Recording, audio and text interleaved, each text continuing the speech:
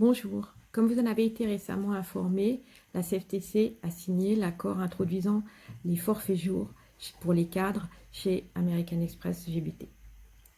Nous avons signé cet accord pour plusieurs raisons. D'abord parce que nous avons obtenu des conditions qui sont mieux disantes que le Code du travail et même que la convention collective. La deuxième raison importante, c'est que pour la catégorie qui serait perdante sur le nombre de jours, à savoir les bandes de 30, nous avons obtenu que leur libre choix leur soit accordé individuellement de conserver l'avantage, les 18 jours de RC, ou la compensation financière des jours perdus, et ça au travers de l'avenant individuel que chacun sera amené à signer.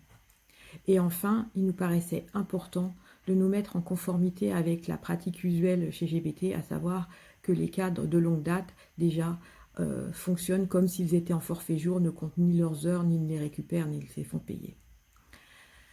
À qui va s'appliquer cet accord? La définition du code du travail prévoit que les forfaits jours sont ouverts aux cadres autonomes. Et la définition d'autonome, c'est les cadres qui ont toute liberté de leur organisation de travail, notamment au travers de leur agenda.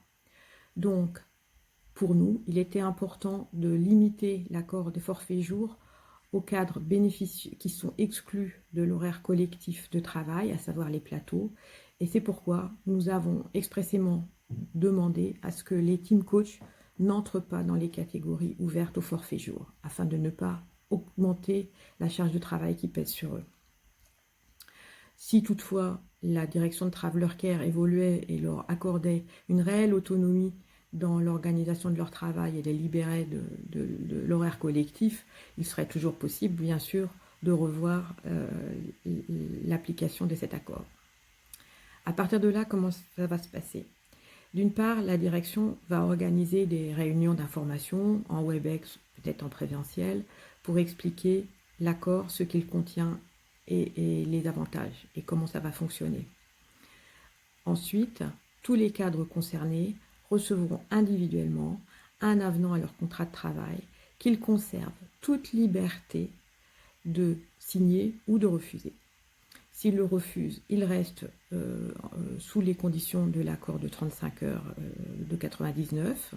Et puis s'ils l'acceptent, ils passent dans les nouvelles conditions qui sont proposées par cet accord. L'autre partie importante de cet accord est relative au suivi de la charge de travail, parce que l'introduction du forfait jour ne doit pas rendre les cadres corvéables à merci.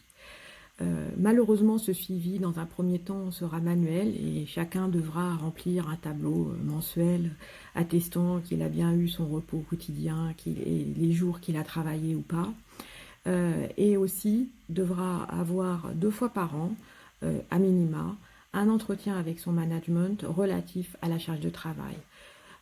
Cet entretien devra faire l'objet d'un compte-rendu qui sera transmis à l'ARH et évidemment, à tout moment, si la charge de travail d'un cadre devenait trop importante, il aura toute latitude de solliciter un entretien avec son manager et ou avec l'ARH et ou de demander le support des élus CFTC dans ce cadre-là pour obtenir de revenir à une charge de travail acceptable et tolérable.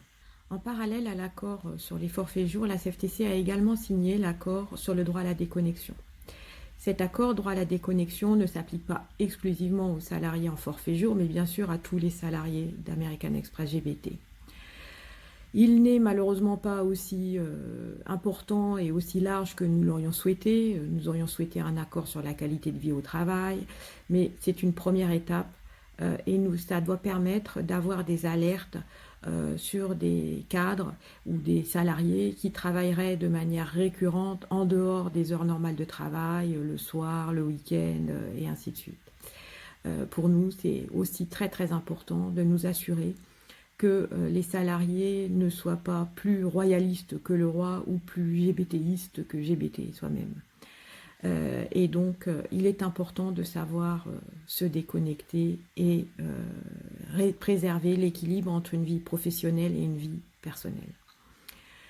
Bien sûr, tous les élus CFTC restent à la disposition et à l'écoute des salariés si vous avez besoin de compléments d'information, si vous avez des questions, si vous avez déjà des problématiques à traiter par rapport à ces 2 nouveaux accords. Tous les élus CFTC sont là pour vous aider et pour vous apporter tout leur soutien pour remédier aux problématiques que vous pourriez rencontrer. Merci et à très bientôt.